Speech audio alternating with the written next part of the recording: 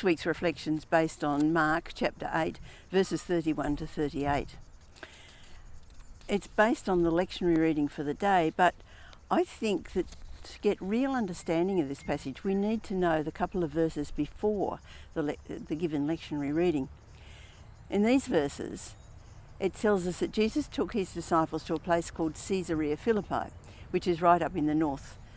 And it's a place where the Jordan River comes out from under a cliff, so it's the source of the Jordan River.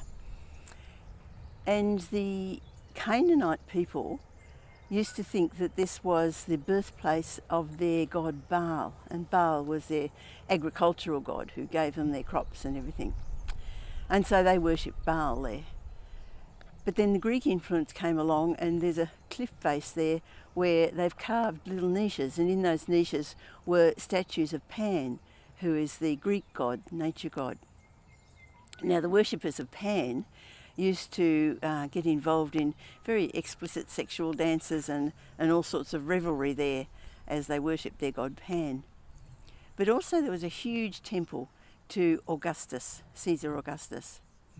And Augustus had proclaimed himself to be the son of a god. So this was a place where there was just your choice. What do you want to worship? What god do you want to worship? And that's where Jesus took his disciples, and he said to them, well, who do people say that I am?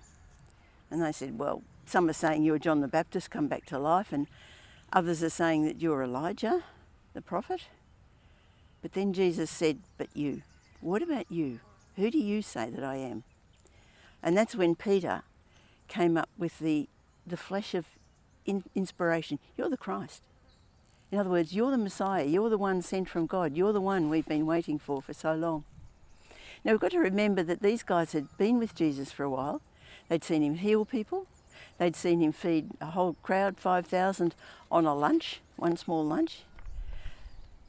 They'd even seen him stand up in the boat and tell a storm to stop, and it did. But they're not saying, oh, you must be the Christ. No, they're looking at each other and saying, who is this guy? So it's only at this point that Peter has this flash of revelation. You are the Christ.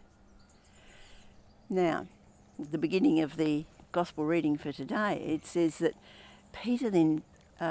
Jesus began to tell them that, well, yes, I am the Messiah, and this is what's going to happen. I'm going to be arrested and I'm going to be killed. And Peter immediately starts to rebuke him. No, Lord, no way. I'm not going to let that happen. We've got your back. And Jesus rebuked Peter very sternly, saying, get behind me, Satan. Why such a strong rebuke? Well, if Jesus really was the Christ, the Messiah, the one sent from God, then he's just told his disciples what God's plan is. And Peter's just turned around and said, well, I'm not going to let that happen. In other words, God, I don't think your plan's very good. I'm going to stand against it. No wonder he got a strong rebuke. But we can understand Peter. He loved Jesus. And the most awful thing he could think of was that Jesus would be arrested and put to death. So he's acting out of a very human reaction, emotion.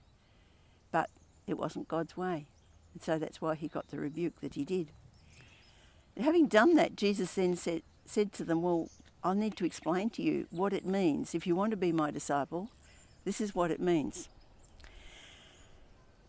It means that you've got to, and this is a verse, whoever wants to be my disciple must deny themselves, take up their cross and follow me. Okay, so we need to flesh that out. What does it mean to deny oneself? Well, it means a whole lot more than just not having chocolate for Lent, even though that might be a good thing. That's not really denying self. And really, neither is the one who lives a very ascetic life, that is, one who just puts aside all the pleasures of the world and lives a very simple and frugal life. Then we can see that as denying self. But that's not really what's meant here.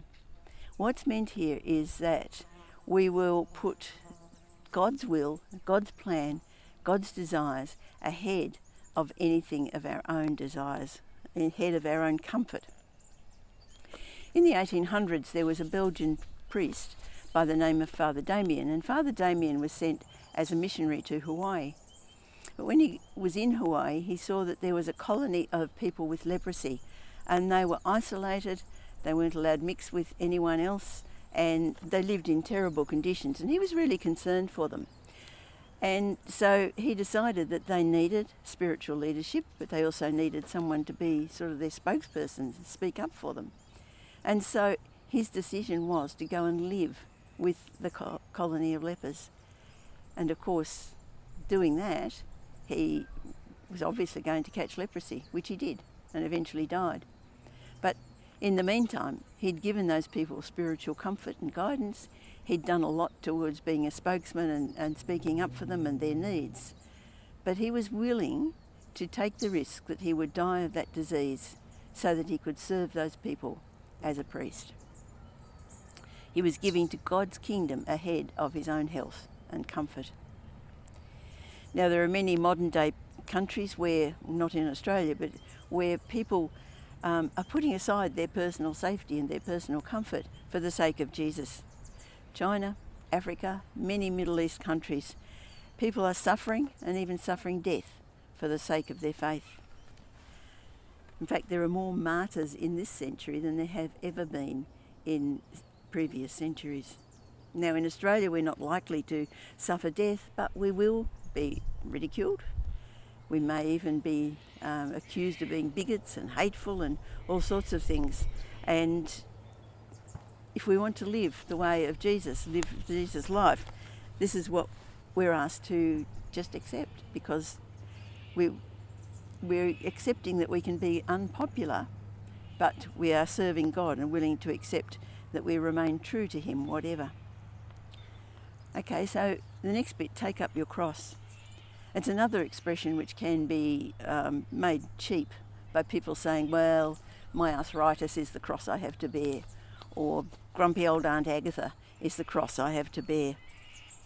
But the cross, again, was complete denial of self, even unto death. Jesus went to the cross because he stood for the truth against popular opinion of the time. He went there because he was completely obedient to his Father.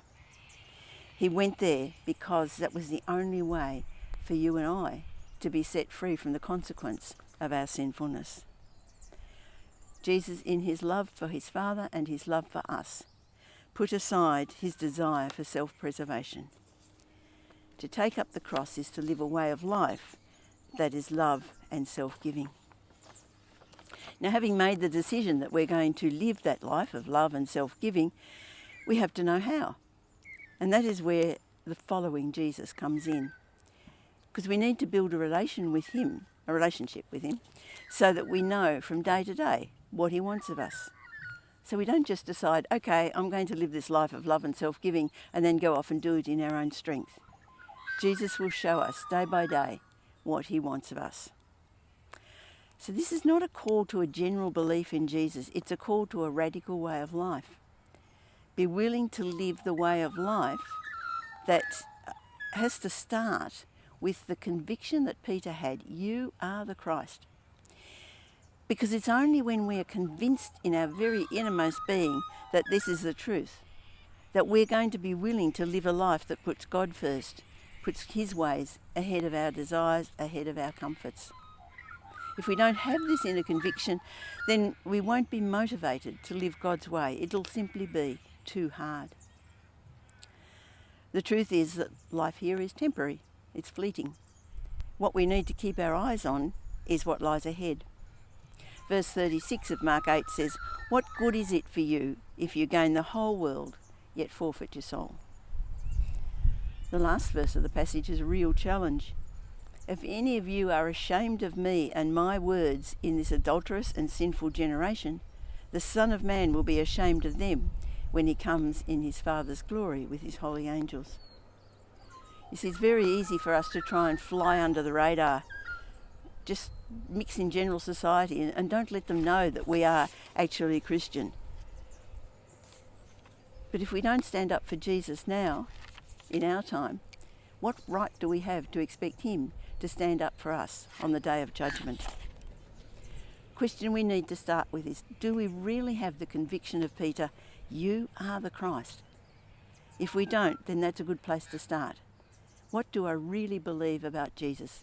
Because that's going to play out in the way we live our life.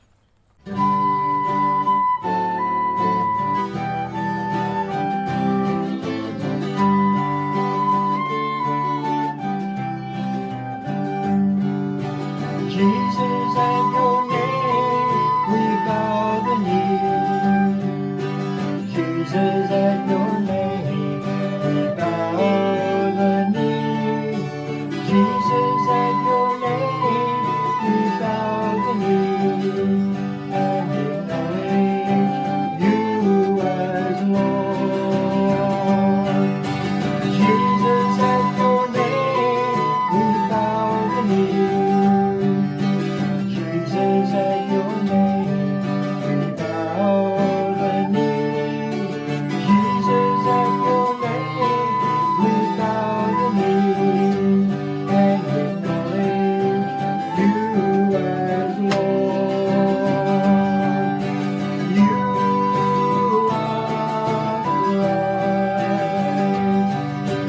You are the Lord. Through